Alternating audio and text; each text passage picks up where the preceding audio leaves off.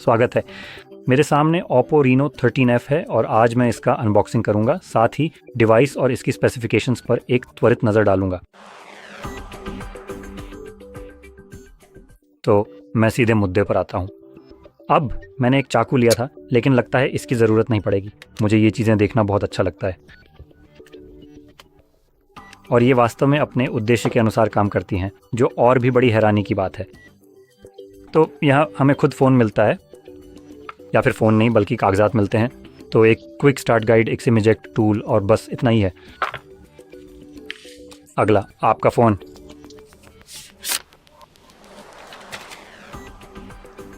चालू करें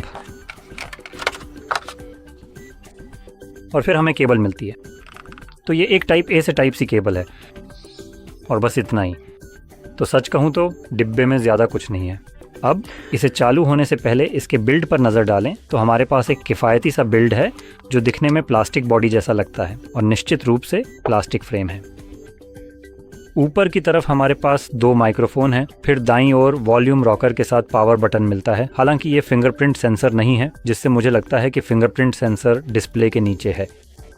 फिर पूरी तरह से साफ़ बाईं ओर है और नीचे की तरफ हमारा सिम ट्रे है, जो सिर्फ सिम ट्रे ही लगती है। इसमें कोई एक्सपेंडेबल स्टोरेज नहीं है, लेकिन मैं इसे बाहर निकालने वाला हूँ ताकि देख सकूँ।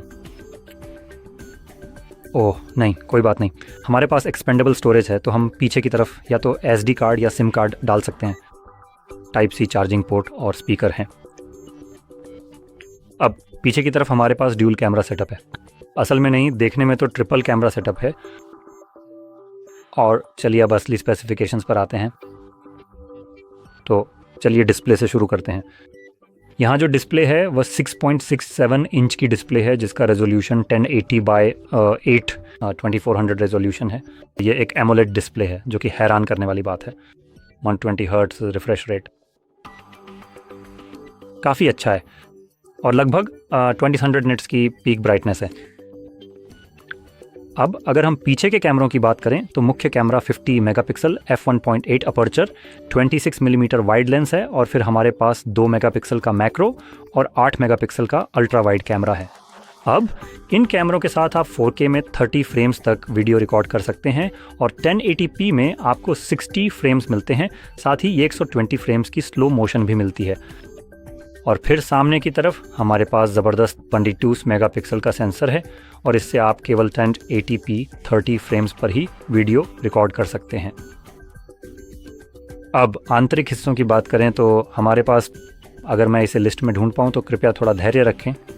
तो इसमें स्नैपड्रैगन 6 Gen 1 प्रोसेसर लगा हुआ है, जो कि एक मिड रेंज चिपसेट है।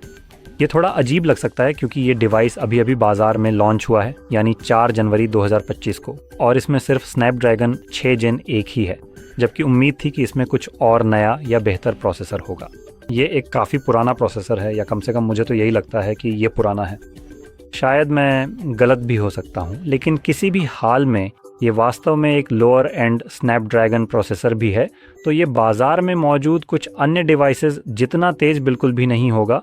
और इन स्पेसिफिकेशंस की बात करते हुए मैं सबसे पहले इसकी कीमत भी निश्चित रूप से अवश्य देखना चाहता हूँ।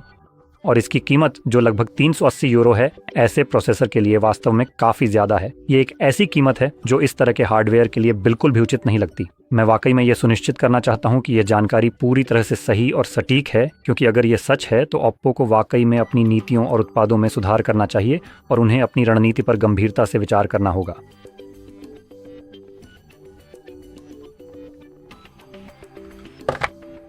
मेरा मतलब है, ऐसा ही लगता है कि यही मामला है। तो हाँ, यही बात है। वीडियो के अंत में मैं कुछ और डिवाइस का भी जिक्र करूंगा जिन्हें हम ऑनरेबल मेंशन कह सकते हैं, जो इससे बेहतर और ज़्यादा किफ़ायती होंगे। अब प्रोसेसर की बात हो चुकी है, तो अगला है स्टोरेज और रैम। यहाँ हमें 128 गीगाबाइट की इनबिल्ट स्टोरेज और 8 गीगाबाइट रैम मिलती है। ये बेस वेरिएंट है और आप इसे SD कार्ड की मदद से भी बढ़ा सकते हैं, जैसा कि मैंने पहले बताया था। और आप इसे बढ़ाकर आधा टेराबाइट स्टोरेज और 12 गीगाबाइट रैम तक ले जा सकते हैं, जिसमें UFS 3.1 स्टोरेज टाइप का इस्तेमाल किया गया है। तो ये 4K फुटेज जैसी चीज़ों की रीड और राइट स्पीड के लिए फ़ायदेमंद रहेगा। तो मूल रूप से इस डिवाइस के बारे में बताने लायक सारी बातें यही हैं। अब लगभग 380 यूरो में मैं थोड़ा और अधिक समय लेना चाहता हूं ताकि यह पूरी तरह से सुनिश्चित कर सकूं कि यह बिल्कुल सही और सटीक है, और ये निश्चित रूप से सही लगता है। वाह, असल में रुकिए, उस बात को वहीं रोकिए, मैं प्रो वेरिएंट देख रहा हूं।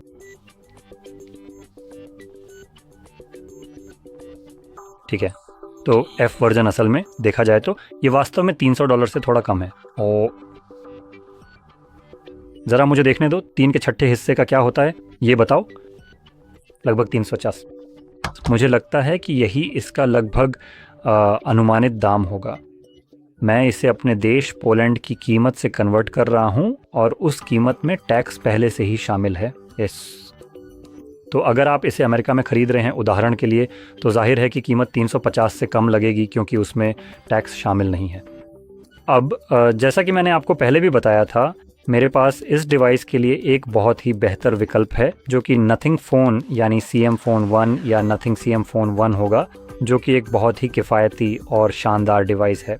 ये लगभग 200,243 की कीमत में आता है और इसमें आपको एक बेहतर प्रोसेसर मिलेगा, साथ ही 120 hertz refresh rate, AMOLED display और बाकी सारी सुविधाएं मिलेंगी। स्टोरेज और रैम के मामले में भी यह लगभग समान स्पेसिफिकेशन के साथ आता है, साथ ही एक्सपेंडेबल स्टोरेज जैसी सुविधाएं भी हैं। तो आपको जो फीचर्स मिलते हैं उनके हिसाब से यह एक बहुत ही तुलनीय डिवाइस है।